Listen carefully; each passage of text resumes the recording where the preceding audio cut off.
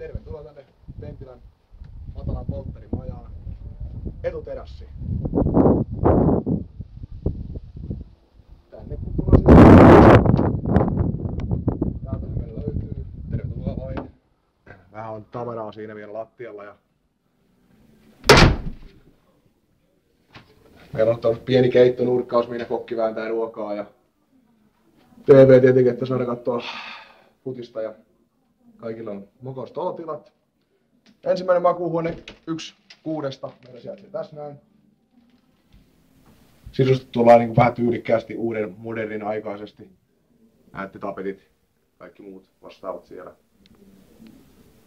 Ja vierestä löytyy heti toinen makuuhuone täältä alakerrasta, mistä näkymä on tuonne eteläpihalle.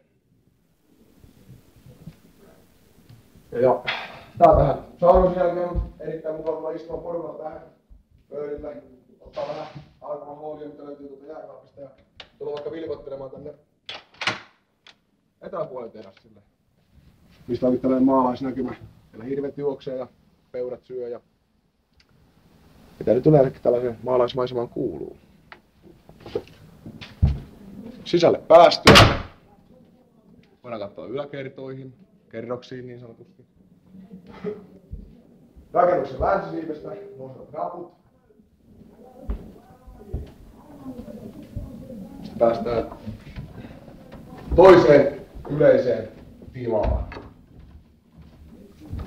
Tässä vaiheessa on vaikea homma, että valittaako jonkun noista makuuhuoneista vai jonkun noista makuuhuoneista. Näitä makuuhuoneita on meillä täällä. Sieltä löytyy pirttikämppä, vähän vihreää tapettia samanhenkisesti kuin alakerrassa eteläpuolella. Ja vierestä löytyy tällainen ehkä enemmän niin sanotusti sensuelli huone. Sopii hyvin pariskunnille.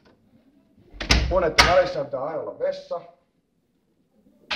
Ja vessassa on käytetty tällaista isoa kaakelia, niin kuin nyt yleensä porvarisvessoihin kuuluu. Toisella puolella on sama homma. Muuten. Mutta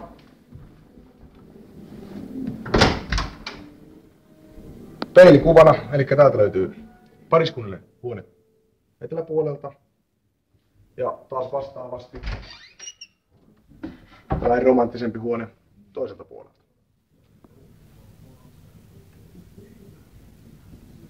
Ja erittäin mukava, valoisa avara tunnelma, viinipullot koristeena, kukat, kaikki muut. Ja pitää aina muistaa se asia, että makuuhuoneiden väliin kuuluu kunnon kaakeli, missä mies ja nainen voi tehdä asioitaan.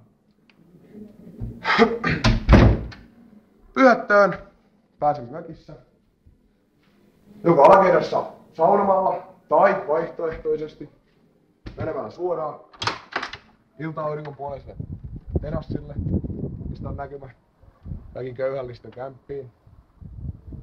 Tuolla joku saatanan duunarit makaa. Ihmisellä lomarahoilla ostanut kämpän. No, up to you, niin kuin meillä päin sanotaan.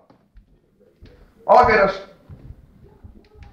makuuhuoneiden, olohuoneiden, oleskelutilan, terassien, kaiken muun lisäksi löytyy jo valmiiksi meille sopiva, myös ennen saunaa oleva miehille tärkeä vessa. Saunassa on mukava käydä. Voidaan katsoa. Ja meillä on 73 astetta lämmintä siellä saunassa ja on kuitenkin parit suihkut, että täytyy jonotella hirveästi ja sieltä tuli tuore Vikin sauna, missä heti valmis kiuas. Karslerit, ei liikaa valoa, eikä liian vähän valoa.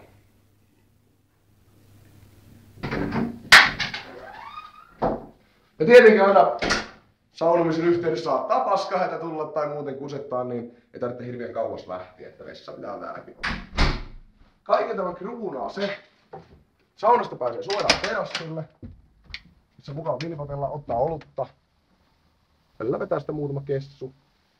Katsella taas, kuinka köyhät oikeasti yrittää viettää lomaansa.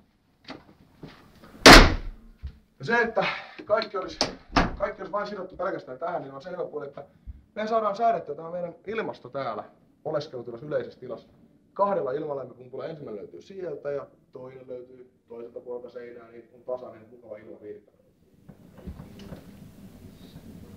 Ja kaukosäädin tietenkin, mistä asioita säädellään. Näin me ollaan tavattu polttereita viettää.